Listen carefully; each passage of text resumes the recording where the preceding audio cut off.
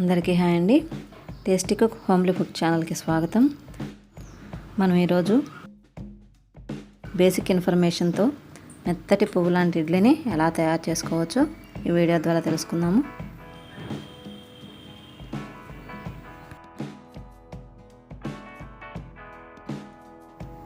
ముందుగా చాయ్ మినపగుళ్ళని ఒక గ్లాస్ ఇలా తలకొట్టి ఒక గ్లాస్ తీసుకోవాలి.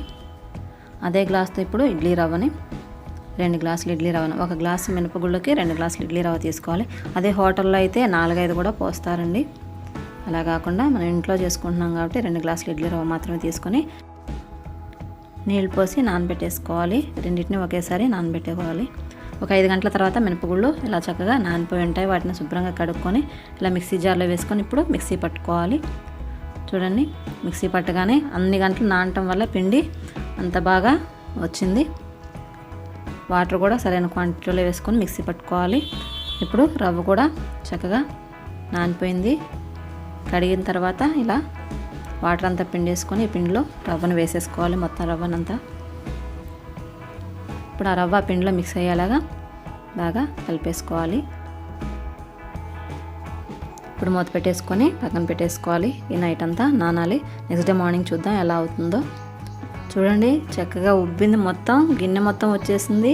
అంటే లోపల బాగా పొంగిందనమాట. ఎందుకంటే రవ్వను కూడా ముందుగా నానబెట్టుకోవడం వల్ల ఇలా అవుతుంది. అప్పుడే మెత్తగా వస్తాయి ఇడ్లీలు. ఇప్పుడు దీంట్లో టేస్ట్కి తగినంత సాల్ట్ వేసుకొని కలిపేసుకోవాలి. ఓకే, పిండి రెడీ అయింది. ఇడ్లీ వేసుకోవటమే. ఇప్పుడు ఇడ్లీ పాత్రని స్టవ్ మీద పెట్టుకొని దాంట్లో తగినన్ని నీళ్లు పోసి, అంటే ఆవిరికి సరిపడా నీళ్లు పోసి మరగనివ్వాలి. మూత పెట్టేసుకొని మరగనిచ్చుకోవాలి. అప్పుడే 5 నిమిషాల్లో ఇడ్లీ కుక్ అయిపోతాయి. ఇప్పుడు ఆ ప్లేట్లలో ఆయిల్ మొత్తం రాసేసుకోవాలి. దీనివల్ల ఆ ప్లేట్లకి ఇడ్లీ అనేది అంటుకోకుండా ఉంటుంది. చూడండి, ఆ పిండిని మొత్తాన్ని అలా ప్లేట్లో వేసుకొని ఇప్పుడు ప్లేట్లని పాత్రలో పెట్టేసుకోవాలి. ఇడ్లీ పాత్రలో చూడండి, వాటర్ మరిగిపోయాయి, బాగా మరుగుతూ ఉన్నాయి.